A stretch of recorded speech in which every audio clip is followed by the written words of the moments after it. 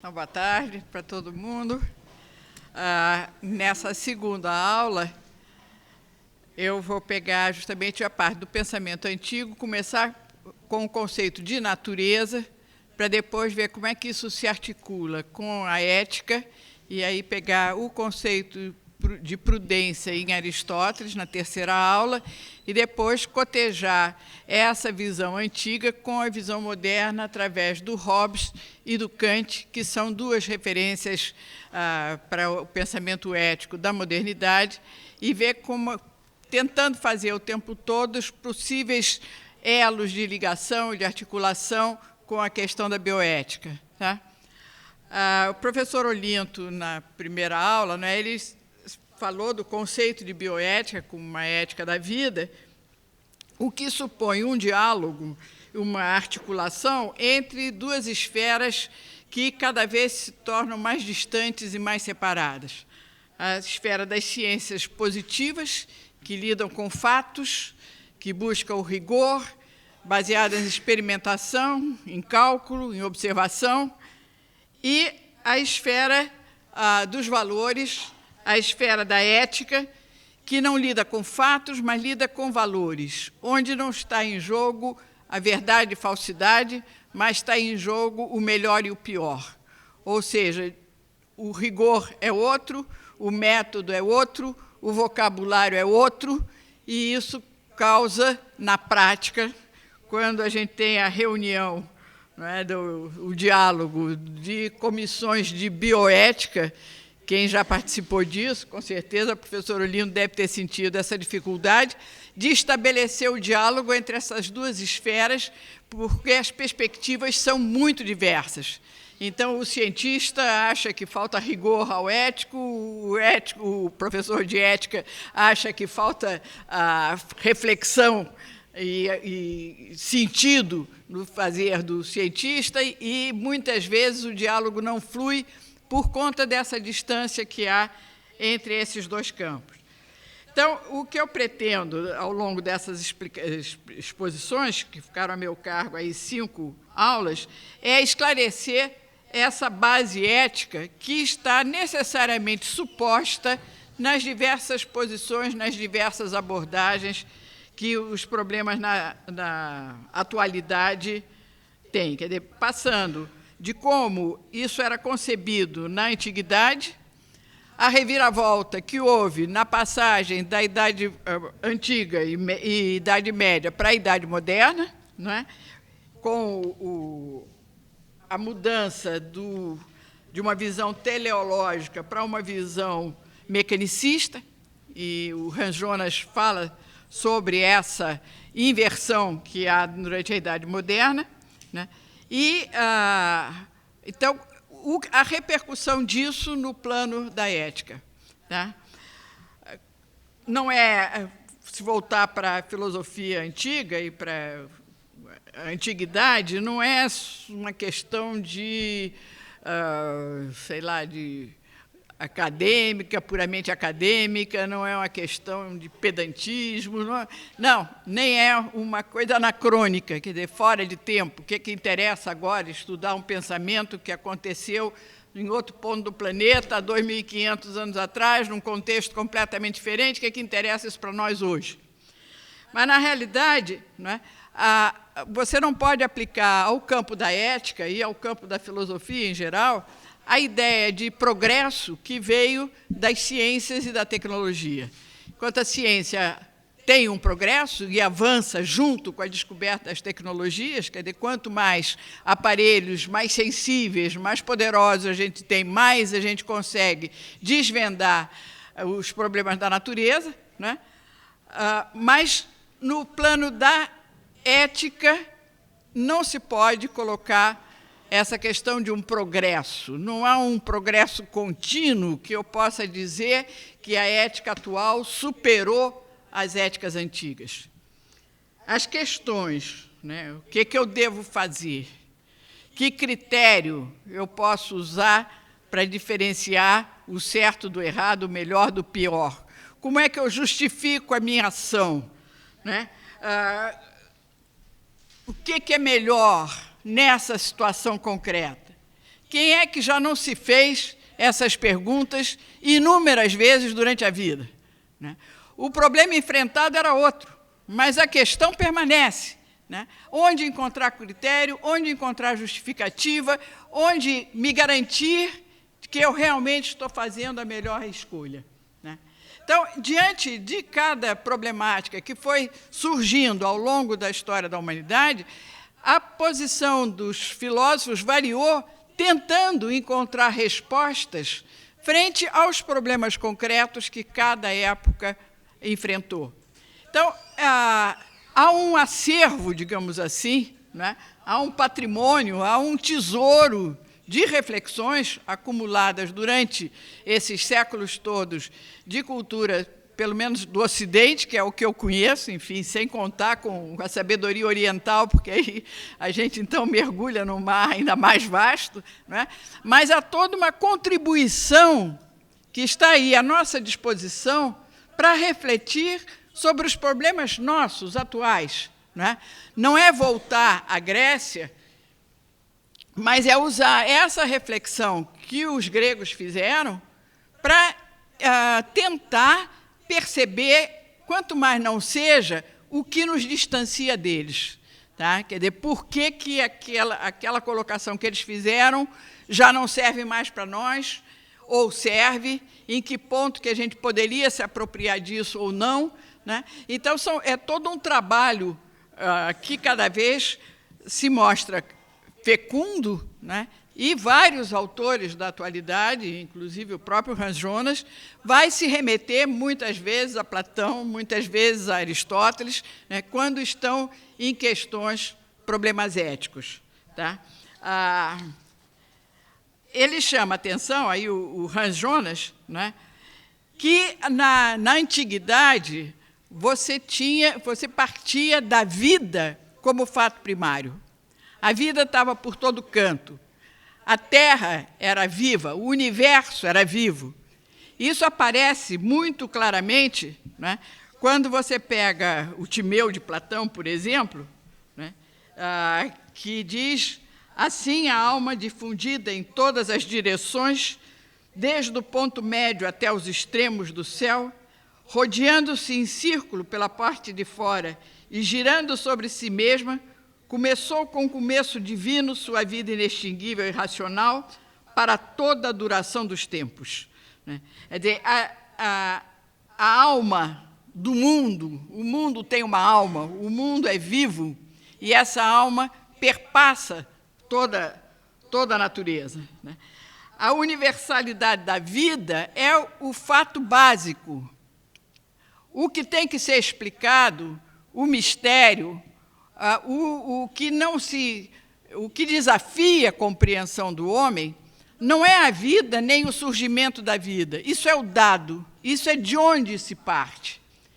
O que exige explicação, reflexão, o que desafia o pensamento, é o fato da morte. Tá? Quer dizer, por que essa vida não permanece? Ou como ela permanece? Que é o que a gente vai ver que Aristóteles vai mostrar que ela permanece, sim, não no indivíduo, mas permanece pela reprodução na espécie. Então, a vida permanece, se renova continuamente, eternamente. Isso é que é o dado básico. Então, a explicação que é buscada é por que a morte acontece, por que há dissolução, por que há a corrupção. Então, há um olhar sobre a natureza que é muito diverso do olhar que nós temos hoje. Tá? Porque essa natureza é alimentada por uma alma, por uma inteligência ordenadora, uma nous, né, como dizia Anaxágoras, comandada por amor e ódio. Né? Então, são forças psíquicas, é uma energia não material que governa esse universo como um todo, que confere sentido a esse universo e que desafia, então, a reflexão dos homens. O Aristóteles, né, vai dizer que o início da filosofia vem do espanto, tá? Vem do susto, de repente perceber que tudo se articula. É a frase de Heráclito, tudo é um, né? O um em si mesmo diverso. Tudo converge para uma unidade, tudo está articulado a tudo, nada está isolado, né? E como apreender esse todo que se articula por um logos, por uma razão, por uma lei, né? Por um nexo, né? Então, esse universo que se apresenta aos olhos de um filósofo antigo é um universo cheio de sentido, é um universo que tem um nexo. Com Aristóteles, há uma finalidade presente, presidindo a todos os fenômenos. Tá? Então, a gente vai ver como isso facilita, como isso possibilita, né, a passagem de uma filosofia da natureza para uma ética. Tá? Porque o sentido não é só o homem que faz as coisas buscando uma finalidade. O universo inteiro age em vista de uma finalidade. Então, quando entra em análise o comportamento do homem, e que esse homem também age em busca de um fim, em busca de uma finalidade, isso está perfeitamente de acordo, perfeitamente articulado com o todo da natureza, que também age em vista de um fim, que também, onde você também encontra um sentido em tudo que ocorre. Tá? Então, essa tomada de consciência, né, de que há um nexo, de que há uma lei, de que há uma norma presidindo os fatos da natureza, ele vai ter imediatamente também repercussões políticas. Tá? Qual é a diferença que há entre a lei natural, a lei que rege os fenômenos da natureza, e a lei que os homens decidem, escolhem, para reger a sua comunidade, para reger as suas relações? A gente sabe que a Grécia é um país árido, um país pobre, né?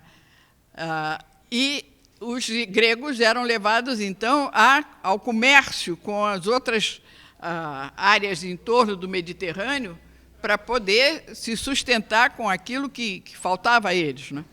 E, com isso, criaram uma série de colônias ao longo da costa do Mediterrâneo, e essas colônias, para comercializar com a metrópole, né, devia seguir regras, devia seguir leis, devia seguir, para que pudesse haver, né, essa troca, para que pudesse haver essa... E daí a discussão em torno da lei. O que justifica a lei? Por que uma lei é justa ou não é justa? E a discussão, então, entre a lei da natureza, eterna, universal, imutável, sempre renovada, não é? E a lei da cidade, estabelecida pelo homem, ao arbítrio do homem, para satisfazer as suas necessidades, isso já vai ter repercussão tanto no olhar que o homem tem sobre a natureza, em busca do fundamento, da legitimidade dessa lei, né, quanto quando ele olha para a cidade, quando ele olha para si mesmo, para a maneira como ele se relaciona, né, como ele deve se relacionar, o que ele deve fazer ou não fazer, isso vai ser a outra, digamos assim, a outra vertente, ou a outra face da mesma moeda, né? Há um pensamento político, digamos assim, desde o nascimento da reflexão dos antigos filósofos sobre a natureza. Tá? Desde o início, né, o que você vê se constituindo nas diversas cidades, nas diversas colônias gregas, as diversas escolas que vão surgindo, que constituem o pensamento pré-socrático, né, vai alimentando toda uma reflexão que depois, posteriormente, vai confluir, digamos assim, para Atenas, na época do apogeu de Atenas, e aí começa toda uma discussão sobre esse pensamento antigo que vai se confrontando mutuamente, né? Mas o que a gente tem que eu acho que é, sobretudo, fundamental da gente reter, né, dessa primeira abordagem da natureza, né, é essa noção de que há um nexo, há um logos, há uma razão de ser, uma razão que não é ainda vista como uma faculdade do homem, quer dizer, não é a razão enquanto ela reside num sujeito e que usa essa razão para pensar. É uma noção muito mais abrangente, né? É essa razão como imanente à própria natureza. Quer dizer, a natureza ela mesma seria um ser inteligente, tá?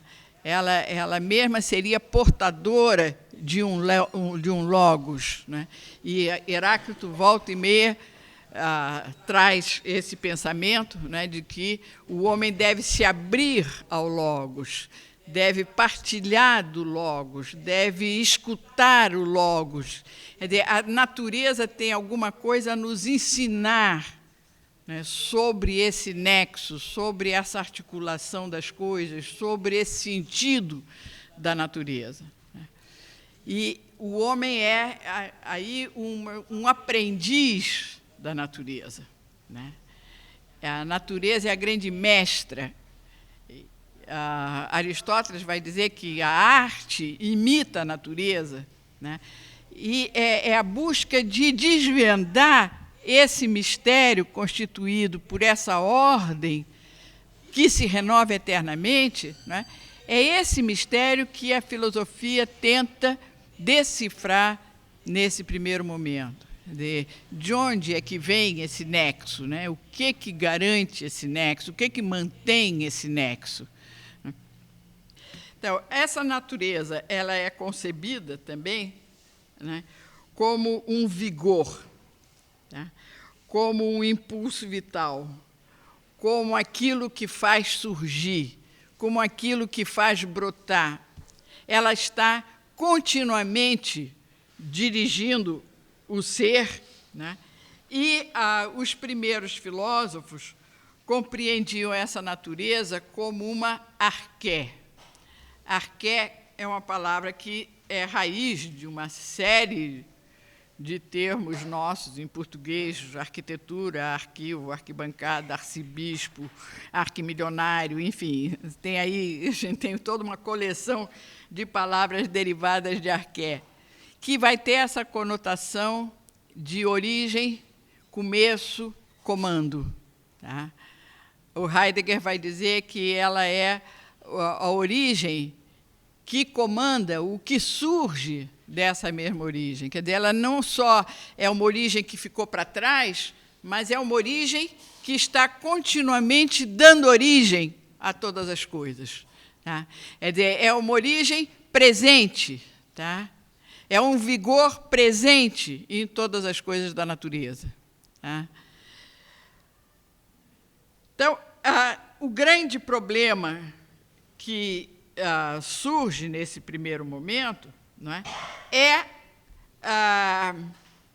sobre a realidade ou irrealidade dessa natureza que se renova continuamente.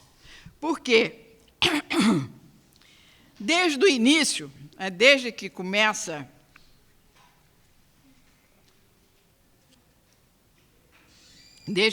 essa reflexão, ela vem embutida dentro de um projeto de conhecimento, tá? De decifração, de conceituação, né, de tradução disso que se via num discurso, e num discurso claro, num discurso coerente, num discurso que pudesse ser compartilhado, né? E a possibilidade de se chegar a esse discurso, de se chegar a traduzir num discurso a realidade dessa natureza, né? Então, essa discussão ela vem desde o nascimento da filosofia, tá? Quando nós pegamos, de um lado, Heráclito, que eu já me referi, não é, como sendo esse pensador de um fluxo, de um vir a ser, de uma continuidade de renovação permanente, né?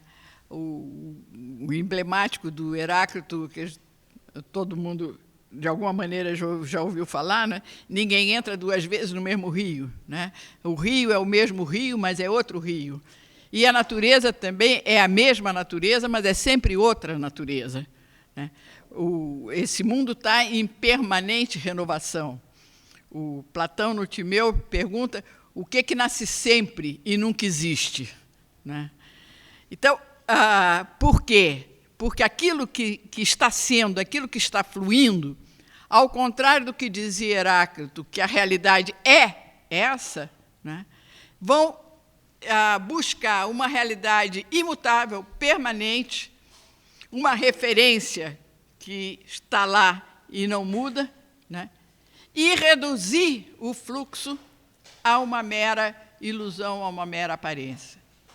A gente tem as escolas jônica, de um lado, que privilegia o movimento e cujo personagem mais emblemático talvez seja Heráclito, e, de outro lado, nós temos o império da lógica, com Parmênides e a escola eleática, tá?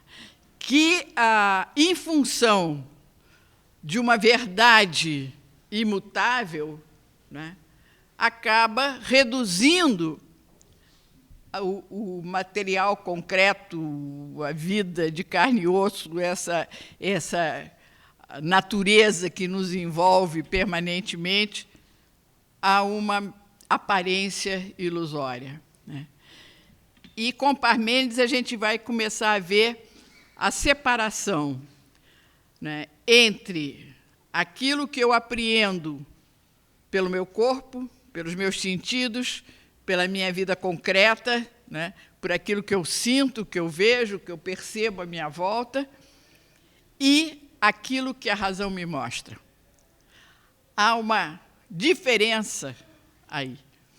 E prevalece a voz da razão sobre a voz da sensibilidade. Como quando a gente vai ver o espetáculo de um mágico, não é? Vem a mulher, deita dentro da caixa, a cabecinha de um lado, os pezinhos do outro, o mágico serra a caixa ao meio, depois a mulher surge inteirinha. A gente sabe que não é. Tem toda a ilusão, né, de ver a mulher partida ao meio, entrou lá, o pé de um lado, a cabeça do outro, cerrada no meio, ali na frente de todo mundo, e quando acaba a mágica, a mulher surge de novo inteirinha. A gente sabe que isso é ilusão. Por quê? Porque a razão nos diz que não pode ser. Então, essa é que é a atitude da escola de Eleia, da escola de Parmênides, dizer não. Né? Aquilo que a lógica não encontra um argumento, uma explicação clara, racional, não pode ser considerado como verdadeiro, tá? Então, você tem, como ele diz, 2 caminhos. O caminho da opinião, dos pobres mortais, com 2 cabeças, que não sabem onde vão, que escutam o coração, né? E tem o caminho da verdade, o caminho da deusa, o caminho da revelação, que mostra o ser que não pode não ser, né? Então, apenas o que é, em sentido total, pleno e absoluto, pode ser verdadeiro.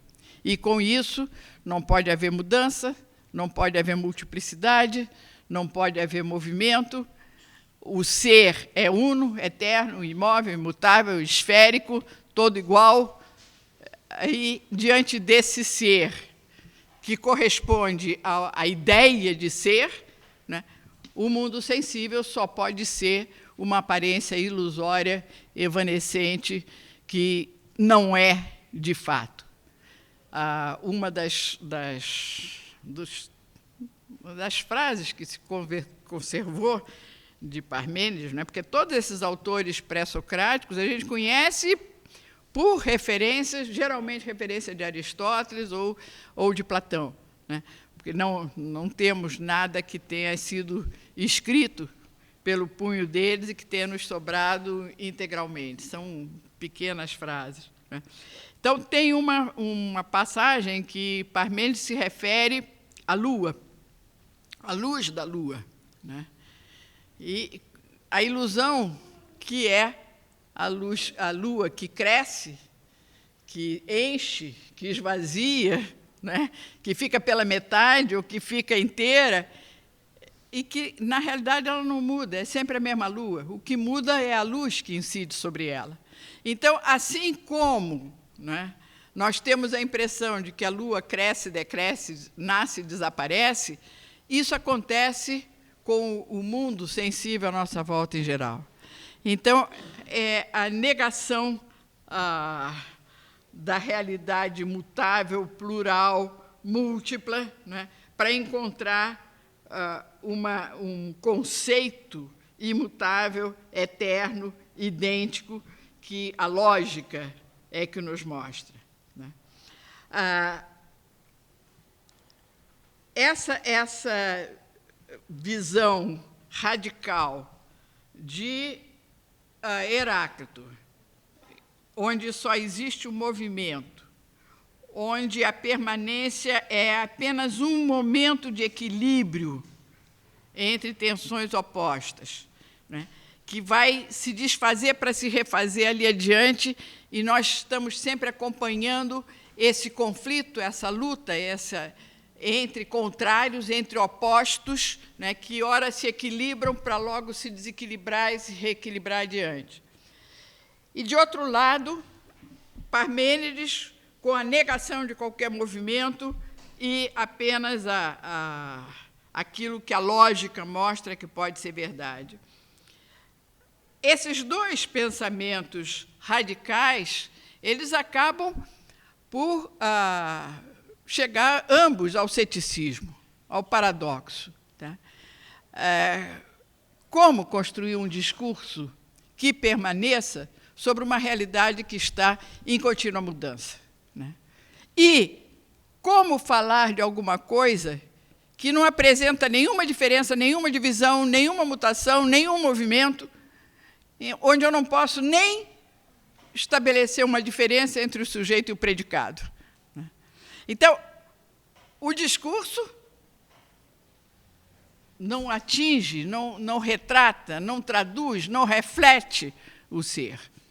É a conclusão, que o Gorgias vai tirar de um lado, que o Protágoras vai tirar de outro, né? O homem é a medida de todas as coisas, depende do ponto de vista, depende de onde ele está, depende do momento, a coisa está fluindo, e aquilo que agora é verdade logo não vai ser. E Aristóteles, então, diz que isso é como tentar perseguir pássaros em pleno voo, tá? De outro lado, o Gorgias vai dizer que palavras respondem a palavras, palavras falam de palavras, palavras são argumentos que se trocam, mas nem a coisa em si não aparece, nós não temos acesso à realidade. Assim como o olho não conhece o som e o ouvido não conhece a cor, a palavra não conhece a realidade. Então, quando tem um argumento, ele está respondendo a um outro argumento, que, por sua vez, foi elaborado para responder a outro argumento. Palavras falam de palavras, e a gente está encerrado nesse universo. Então, tanto por um lado como pelo outro, né, você bloqueia o pensamento. Aristóteles diz que o pensamento fica amarrado, tá? Não consegue ir adiante por conta desse paradoxo encontrado, quer você siga o caminho dos Jônios e de Heráclito, quer você siga o pensamento de Parmênides. Então, esse paradoxo, essa paralisação do pensamento, né, ela vai provocar o pensamento de Platão e o pensamento de Aristóteles, os dois tentando encontrar algum tipo de articulação possível, né, de tal maneira que você não seja obrigado a negar uma coisa para ficar com a outra. Negar Heráclito para ficar com Parmênides ou negar Parmênides para ficar com Heráclito. Como conciliar esses dois pensamentos? Né? Então, você tem a solução platônica, em primeiro lugar, né, que é a solução dualista. Os dois têm razão, só que eles estão falando de realidades diferentes. Tá? Quer dizer, Parmênides está falando da ideia, do arquétipo, do modelo, tá? Do referencial, que é uno, imutável, eterno, tá? Universal. Por exemplo, a ideia de justiça. Né? Justiça é uma ideia que sobrevive, que está além dos atos cometidos pelos juízes, ou pelo criminoso, ou pelo político. Não é ali que você vai encontrar a justiça. Tá? Dificilmente, que é o discurso do Trasímaco no início da República, não é? Se você olha para a justiça que você vê sendo realizada no mundo dos homens, é a luta do mais forte. Quem faz a lei é quem está no poder, quem está no poder é quem é mais forte, portanto, a lei, na realidade, é a lei do mais forte, né? E a justiça, se ela é aquilo que determina a lei, a justiça não é mais do que uma violência que se impõe do mais forte sobre o mais fraco. Né? E haja papel para responder a esse argumento, né? Para Aristóteles, para Platão conseguir, né, construir toda uma argumentação contra essa posição de Trasímaco. E justamente porque há a ideia justiça. Tá? É dizer, se eu sofro com a injustiça, é o argumento dele, né? Se eu sofro com a injustiça é porque eu trago comigo alguma ideia de justiça. Senão, eu nem perceberia a injustiça. Se o feio me agride, é porque eu tenho alguma ideia de beleza. E por aí vai.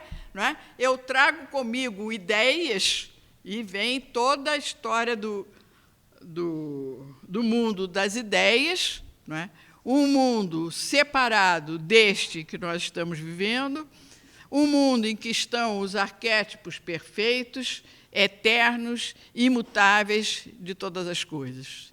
Então, por mais que as coisas se multipliquem aqui na Terra, por mais que elas se diferenciem, por mais que elas mudem, por mais que elas se transformem, né, essa transformação, essa mudança, essa multiplicidade, essa pluralidade não vai afetar em nada o arquétipo perfeito que sobrevive, que existe, que continua imune a esse movimento, a essa mutação.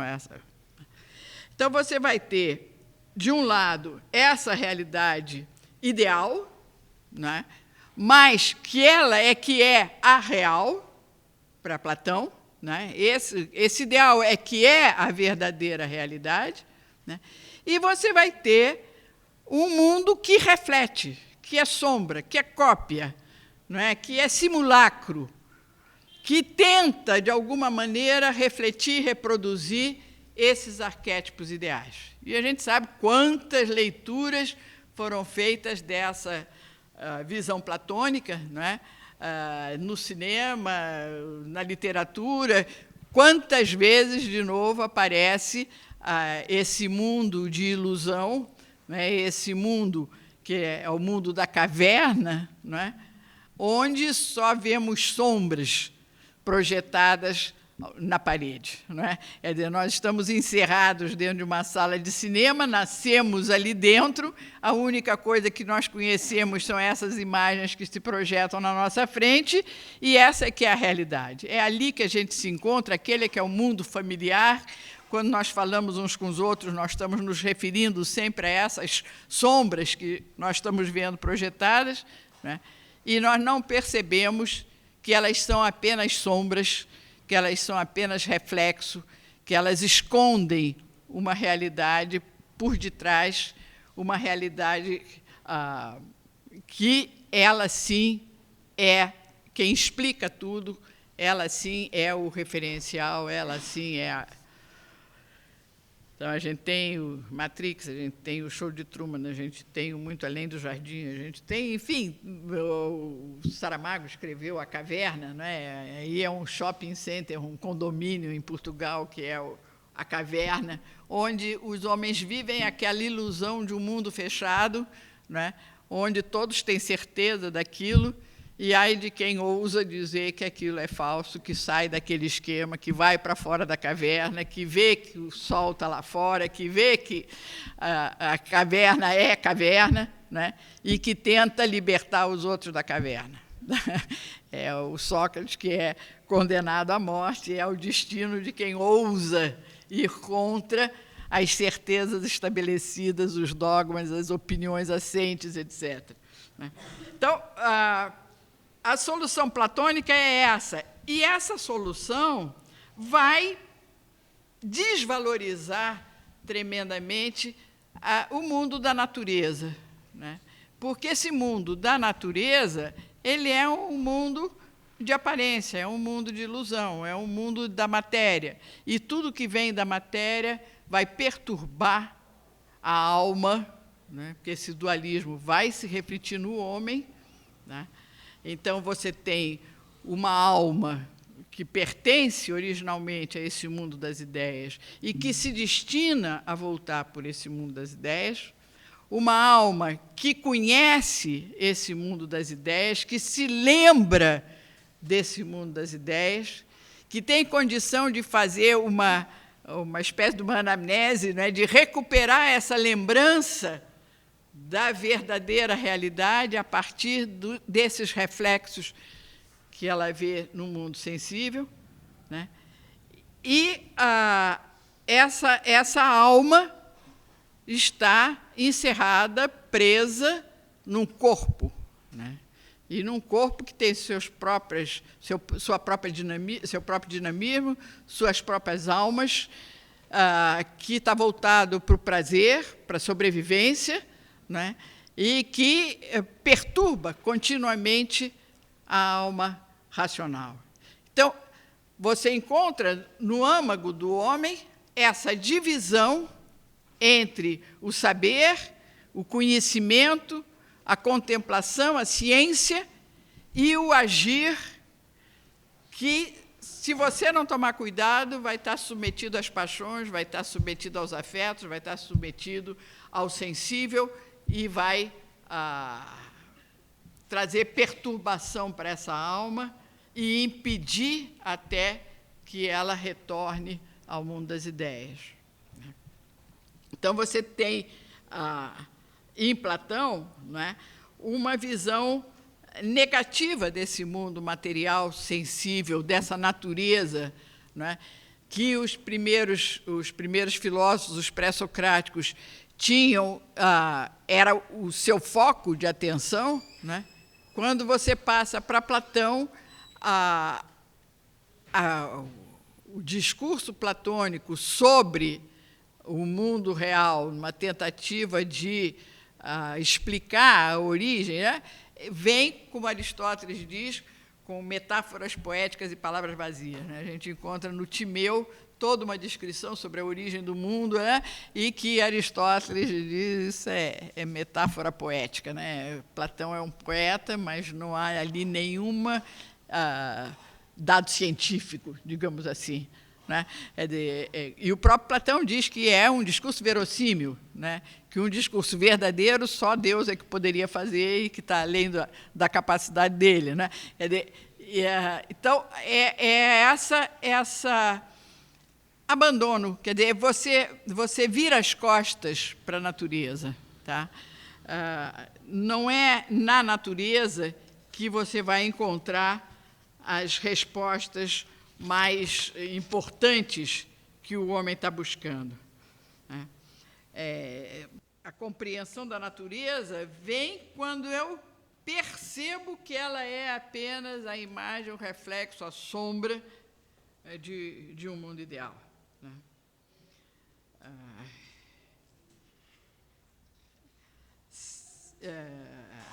Se podem, aí citando Platão, né? Se podem, em primeiro lugar, estabelecer as seguintes divisões. Qual é o ser eterno que não nasce jamais e aquele que nasce sempre e não existe nunca? O primeiro é apreendido pela inteligência e o raciocínio, pois é sempre idêntico a si mesmo. O segundo é objeto da opinião, unida à sensação irracional, já que nasce e morre, porém não existe jamais realmente. Então,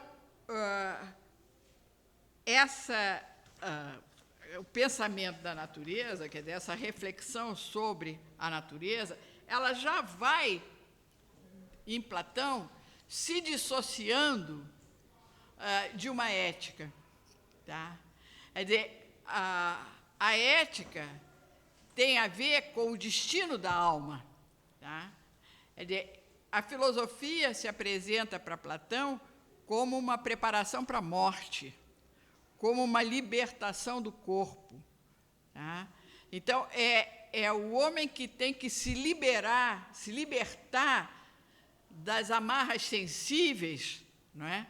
Para poder voltar de onde ele talvez nunca devesse ter saído, mas que saiu, a gente não sabe bem porquê, se é uma necessidade cósmica, se é né, uma escolha.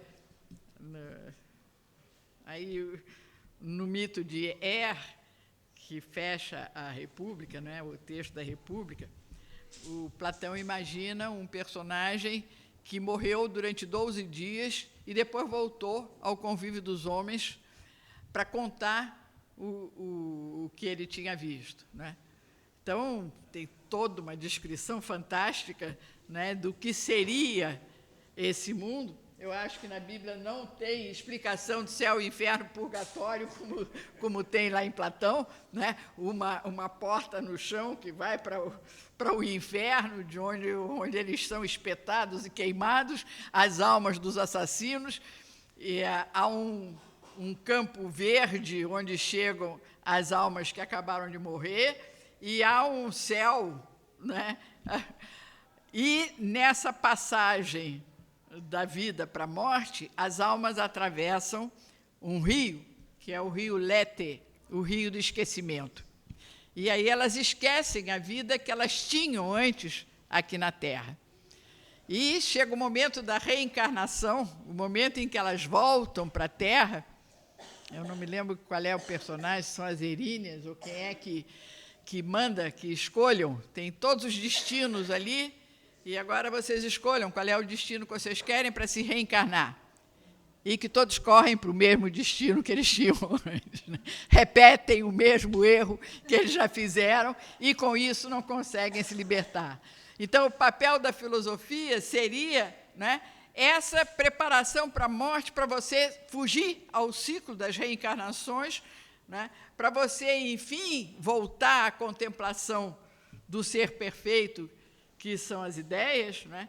E, com isso, né, chegar ao máximo da felicidade que você pode alcançar. Então, toda a ética de Platão, né, é uma ética de repressão e de desvalorização de tudo aquilo que venha do corpo, né? O corpo é fonte de perturbação. No Fédon, né, ele dá o exemplo da carruagem puxada por 2 cavalos, em que a razão, a alma racional, seria representada pelo cocheiro, né? E os cavalos são 2, um preto e um claro. O cavalo claro é um cavalo dócil, um cavalo domesticado, um cavalo obediente, um cavalo fácil de ser dirigido, e o cavalo negro é um cavalo selvagem, é um cavalo arisco, é um cavalo que está o tempo todo ameaçando derrubar a carruagem. E o cocheiro, coitado, tem que ficar dirigindo esses 2 cavalos, né? E esses 2 cavalos, um representa os sentimentos, os afetos, os impulsos que vêm do coração, né? O ímpeto que dá origem ao guerreiro, que dá origem à coragem, que dá origem ao ímpeto. Esse é fácil de ser conduzido pela razão. E o outro é o cavalo visceral, é o cavalo do apetite, é o cavalo das paixões, é o cavalo do irracional, que está sempre ameaçando, né, derrubar a carruagem e acabar com a viagem do cocheiro. Então, essa imagem, né, essa negação, ou essa desvalorização de tudo que venha do corpo como sendo perigoso, como devendo ser contido, como devendo ser reprimido, né, ela deixou sua marca bem forte, né, no nosso mundo ocidental, né? A gente vê ainda até hoje essa divisão, né, essa dificuldade de integrar a parte afetiva, a parte emocional, a parte física com a parte mental, enfim, né? Não fosse o Descartes, que vai aparecer aí para fazer o corte entre essas 2 coisas, mas já de Platão a gente já tem essa visão dualista, né, que permanece. Com Aristóteles, né, a gente tem novamente um resgate do tema da natureza, tá? E essa natureza, o conceito de natureza em Aristóteles vai sofrer uma modificação não só em relação aos próprios pré-socráticos, como em relação, ainda mais marcada, em relação a Platão, né?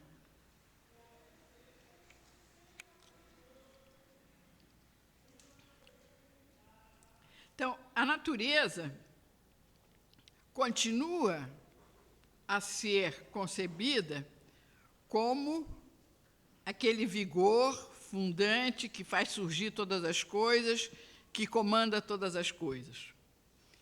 A natureza continua a ser vista como o conjunto dos entes naturais, como todo dos entes naturais, em oposição ao mundo do homem, o mundo da physis e o mundo do homem.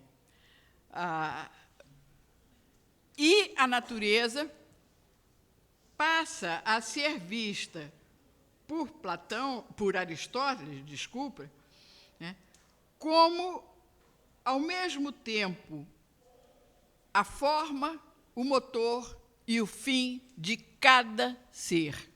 Quer dizer, você tem a natureza como o conjunto dos entes naturais, você tem a natureza como essa força em vigor que move os seres, mas você tem essa natureza também como a natureza do gato, a natureza do cachorro, a natureza do homem, a natureza da cidade, né? A forma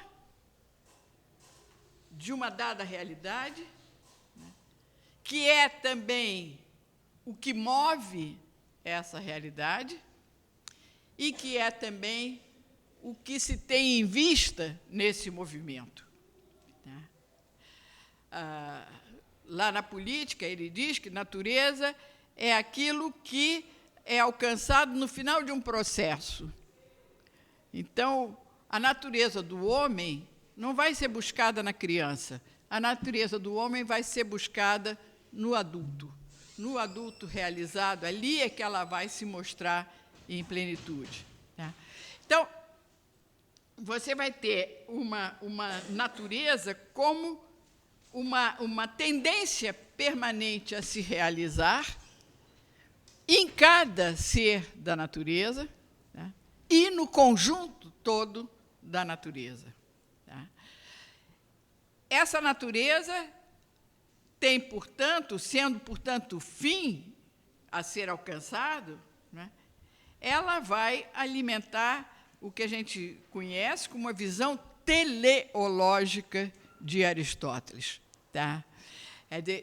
Tudo existe em vista de alguma coisa. A razão de ser de algo não é o que provocou o surgimento dela, ou, de outra maneira, aquilo que provocou o surgimento dela é a finalidade a que ela se destina. Então, a chuva existe para fecundar a terra. As raízes vão para o chão das árvores para conseguir o alimento. As folhas existem para abrigar o fruto. Os dentes caninos dos animais carnívoros existem para dilacerar a carne. Os olhos dos animais caçadores estão juntos na face para ter visão de profundidade.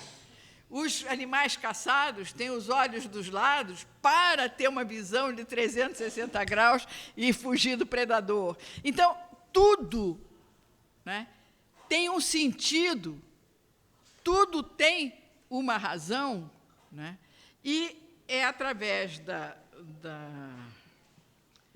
teoria das 4 causas, né, que Aristóteles vai construir essa visão da natureza. Quer dizer, cada vez que eu pergunto por que uma coisa é o que é, eu vou ter 4 respostas.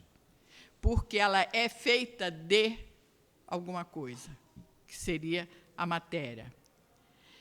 Ela é produto de alguém ou de algum outro ser que produziu. Ela é aquilo que move esse ser.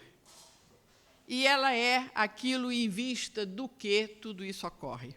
Tá? Então, você tem a causa material, a causa formal, a causa motora e a causa final. Né? Sendo que, na física, essas motor, fim e forma, na realidade, são a mesma coisa. Quer dizer, nos entes naturais, a própria forma é o motor e o fim. Quer dizer, um ser se move para se realizar em plenitude. A natureza toda se move para se realizar em plenitude. Tá?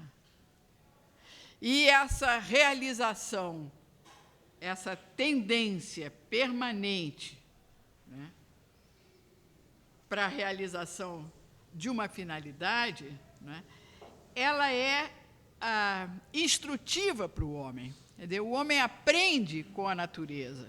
Ele vê como a natureza opera e vai copiar isso na sua ação.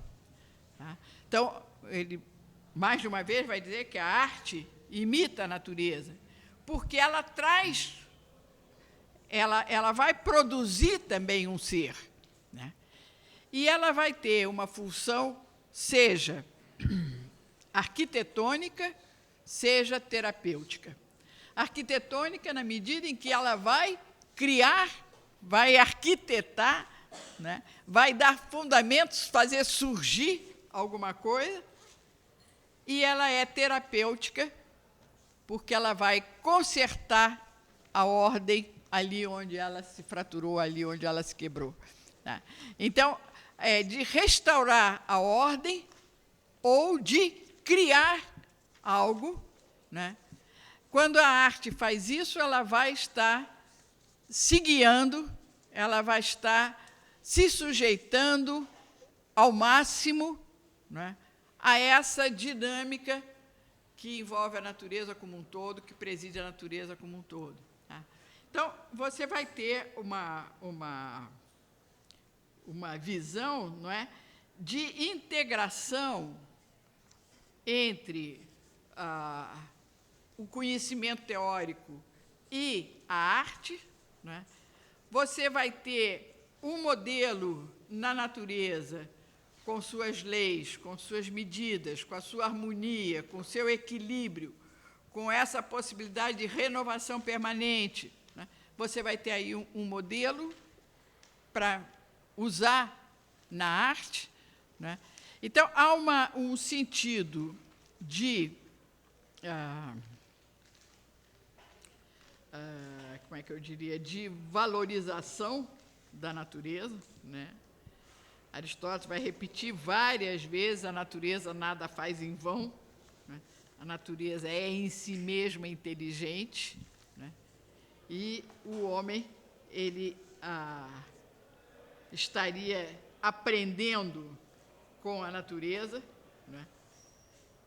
E procurando seguir e realizar essa natureza. Quer dizer, a ideia de uma lei natural, a ideia de que a lei deve encontrar e deve se harmonizar com a própria natureza. A gente já vê aí como é que há uma articulação, né, entre o mundo dos fatos e o mundo dos poderes, o mundo político, o mundo dos valores, o mundo ético. Tá? Essa natureza que o Aristóteles tem uma expressão em grego, toti en enai, que é como ele designa a essência, né, a realização completa de um ser. Né? E essa expressão a gente poderia traduzir como o que era para ser. Tá? É dizer, o que eu sou, né, ainda não tudo o que eu era para ser. Tá? A essência aparece como uma meta visada. A essência aparece como uma obra a ser construída. Tá? Tem um outro lugar que ele diz, que ele cita o Píndaro, né, e torna-te o que és. Então, o homem deve tornar-se o que ele é, porque ele ainda não é o que ele é. Quer dizer, a essência humana é um horizonte de possibilidades que cada um vai realizar em parte. Tá? Que ninguém pode realizar totalmente, absolutamente, em plenitude, porque cada vez que eu realizo uma possibilidade, eu fecho a porta para outras possibilidades que eu teria. Né? Então, eu não tenho como realizar todas as possibilidades, mas todos temos. Né? Aí a visão dele, né, como o universo é eterno. E eternamente é o que é, quer dizer, Aristóteles desconhece uma noção de evolução, uma noção de história, uma noção de que, ao contrário de Platão, porque Platão põe lá o demiurgo criando o mundo, né, e o mundo tem um começo. Para Aristóteles não tem começo. Sempre foi e sempre será. Tá? Então, nenhum homem realiza em plenitude todas as possibilidades contidas na essência humana. Mas, no conjunto de uma humanidade que se renova eternamente, né, essas possibilidades já foram, no total, realizadas. Né? Quer dizer, não sou eu, mas, no conjunto, sim. Alguém vai ser o mais corajoso, alguém vai ser o mais justo, alguém vai ser o mais belo, alguém vai ser o...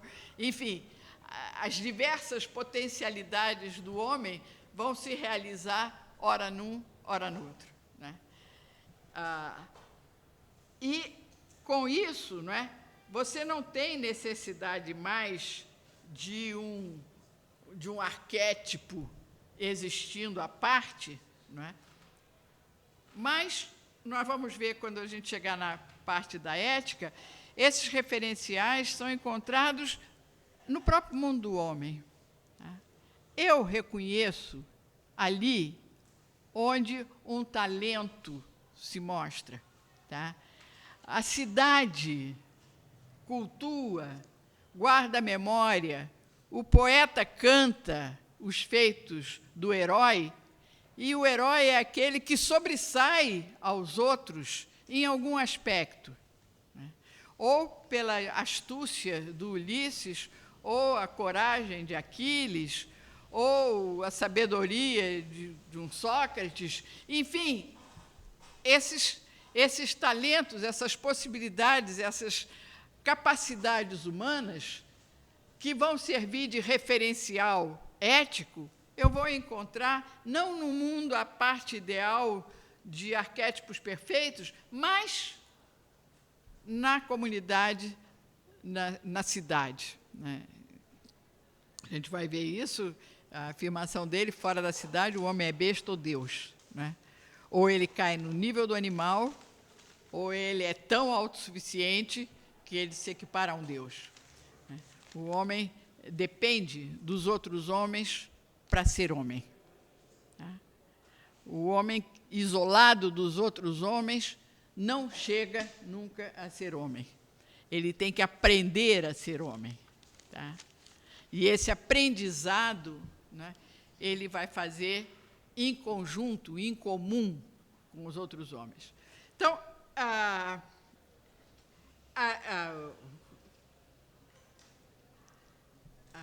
natureza, vamos dizer assim, né, ela vai me dar um norte, ela vai me dar...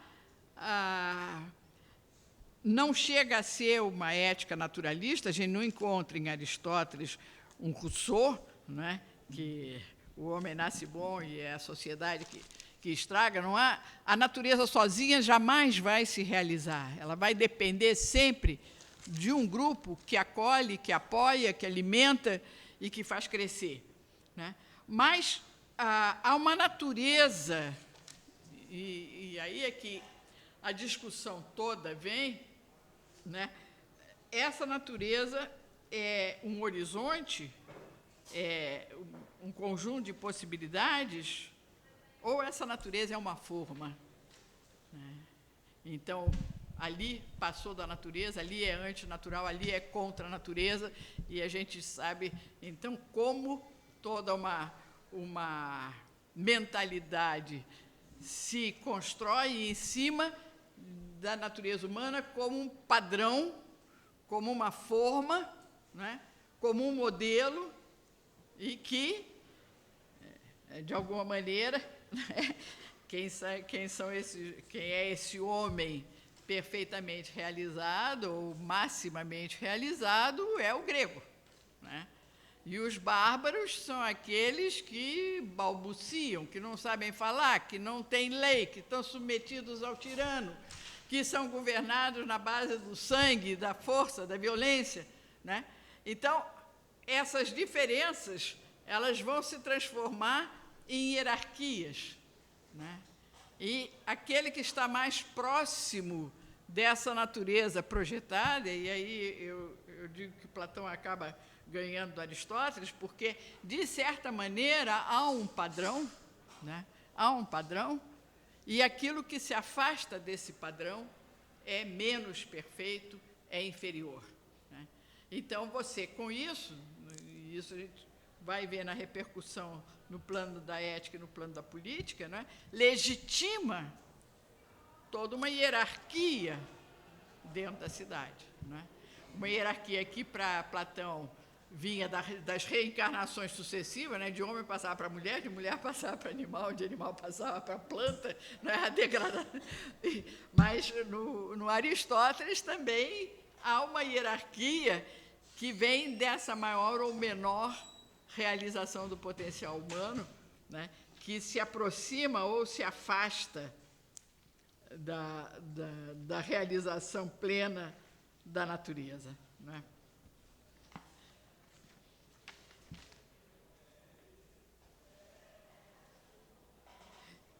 E só mais uma última observação, aí a gente para um cafezinho e depois vem as questões, né? O papel da renovação da natureza, né? Quer dizer, essa natureza ela está em permanente renovação. E é pela reprodução que ela vai imitar o divino e o eterno. Tá? Então, tem um texto da Geração e Corrupção em que ele compara o ciclo dos astros ao movimento das estações, ao ciclo das gerações, como tudo está encadeado. Quer dizer, o movimento dos astros provoca o ciclo das estações, o ciclo das estações provoca o ciclo das gerações, e, dessa forma, essa circularidade que é recuperada aqui na Terra, onde as coisas nascem, crescem, morrem, né, desaparecem, mas surge outra no lugar dela. Então, o ciclo continua a existir, né, e é pela reprodução que os seres participam, de alguma maneira, do divino e do eterno. Tá? Enfim, depois isso vai ser apropriado pela Idade Média, né?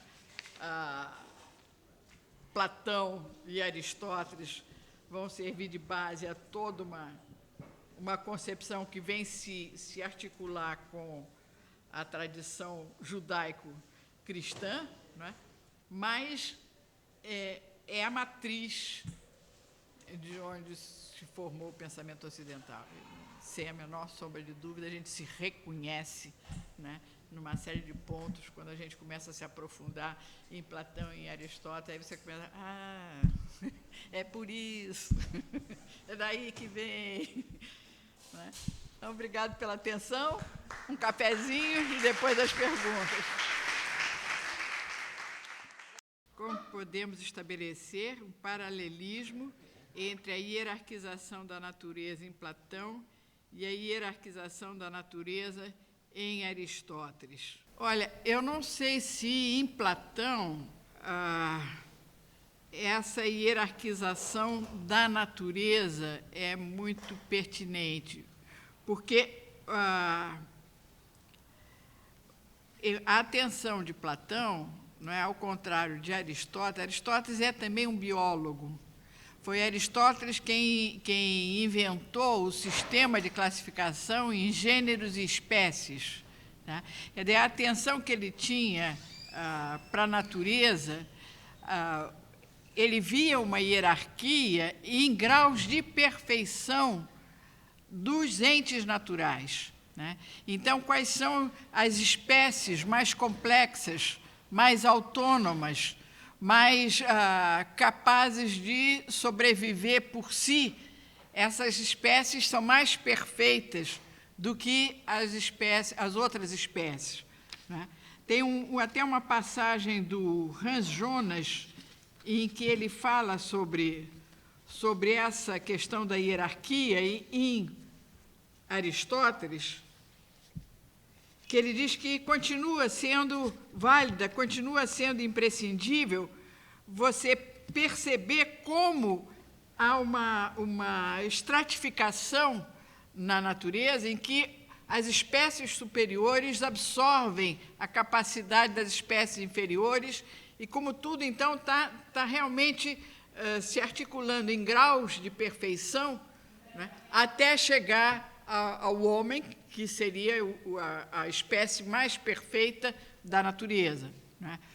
Essa atenção para a natureza, para a constituição da natureza, dos gêneros, das espécies, isso não aparece em Platão. Eu não...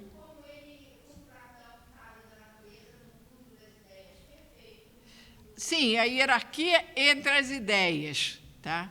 A hierarquia entre as ideias. Existem ideias que são mais perfeitas do que outras ideias e ideias que são menos perfeitas. Né? Mas a relação das ideias com a natureza, o Aristóteles o tempo todo acusa Platão de não ter estabelecido essa relação. Ele fala das ideias, ele fala da natureza, mas como é que as ideias atuam sobre a natureza, ele não fala. Tá? É.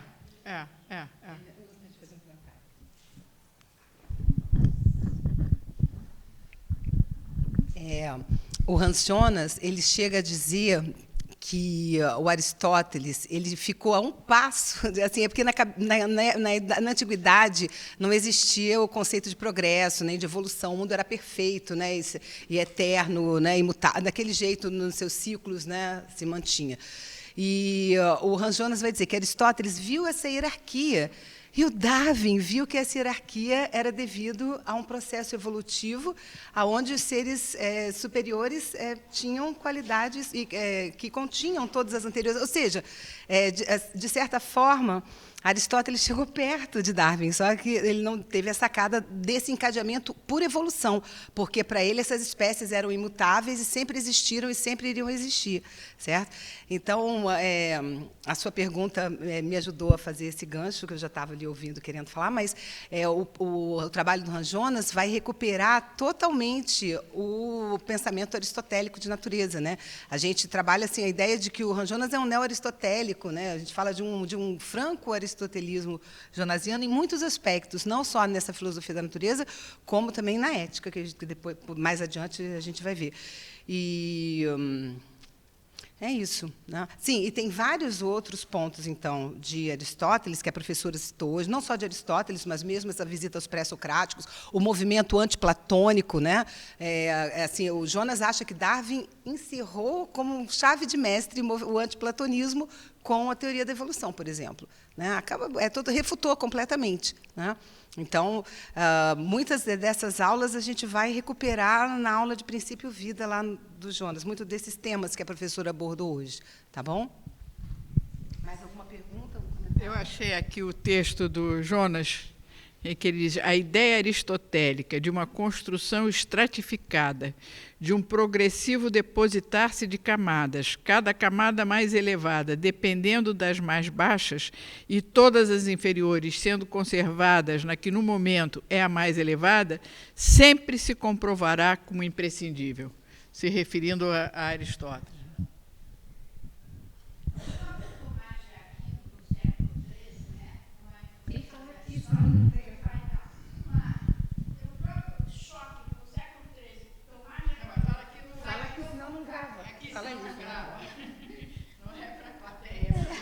O gravador.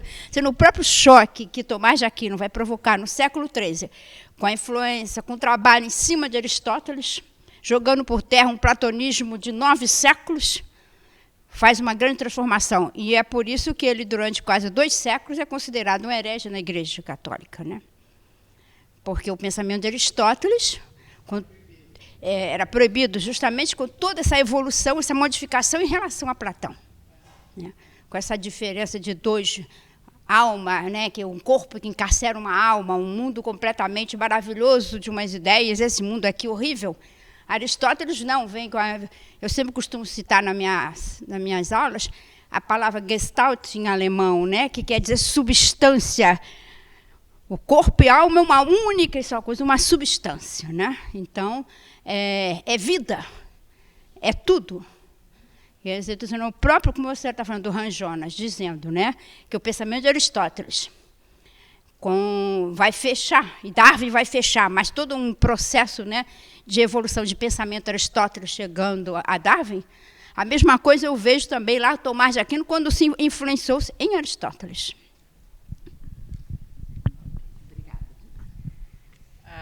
A proibição de Aristóteles durante a Idade Média tem não só por conta do platonismo, né, da herança do platonismo, mas tem também porque não existe criação.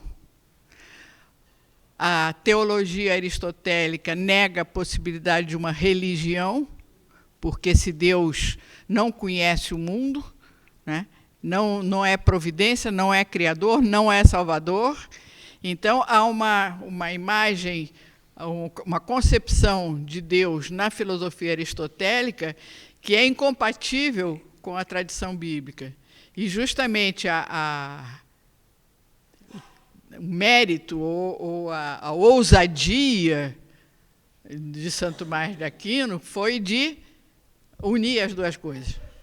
Eu uma vez ouvi uma conferência comparando, falando de Santo Tomás de Aquino e a teologia da libertação, dizendo que o trabalho que a teologia da libertação fazia em relação ao marxismo seria paralelo ao trabalho que o Santo Tomás de Aquino fez em relação a Aristóteles. Eu só não me lembro quem foi que disse isso, não fui eu. É que foi comentado sobre as mudanças de pensamento entre Aristóteles, que sucedeu, no caso, os escritos de Platão, mas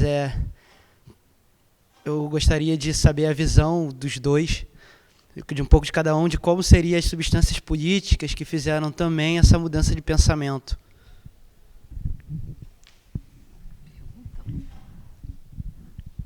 Bom, é complicado, né? É uma pergunta que exige bastante reflexão e pesquisa. Primeiro, Platão é ateniense, descendente de uma família que ocupou a oligarquia e o poder em Atenas, né? Ele é sobrinho de um dos governantes de Atenas. Ele pertencia a uma família aristocrática, né? Então, o vínculo dele com a política era vital. Primeiro isso. Aristóteles é estrangeiro, é macedônio, não é cidadão ateniense. Tá? Então, ele não poderia nunca participar do governo de Atenas, nem ser eleito, nem ser sorteado para nenhum dos cargos públicos que existiam no governo de Atenas. Não foi sequer presidente, diretor da Academia Platônica depois da morte de Platão. Nem isso ele conseguiu. Ele era um meteco, quer dizer, era um estrangeiro. Tá? Então, você tem, em Aristóteles, um olhar muito mais distanciado do que o olhar de Platão. Tá? Platão está falando de alguma coisa da família, da história pessoal dele, não é? E, enquanto que Platão tem um olhar de cientista, ele não está implicado naquilo, ele é um estrangeiro. Tá? Depois, outro aspecto que, em Platão, não é? Você tem toda uma pedagogia da cidade para a formação do cidadão, para se chegar àquele ideal que ele projeta da cidade. Né? Naquela discussão que eu falei do Trasímaco, né, que abre a República, das diversas concepções de justiça, e que questionam Sócrates, por que ser justo? O que o justo ganha? Ele está perdendo em toda parte. Quem ganha é o injusto, quem ganha é quem dribla, quem ganha é quem falseia, quem ganha é que... O corrupto é que ganha, o corrupto é que alcança o poder. Então, por que ser justo? Tá?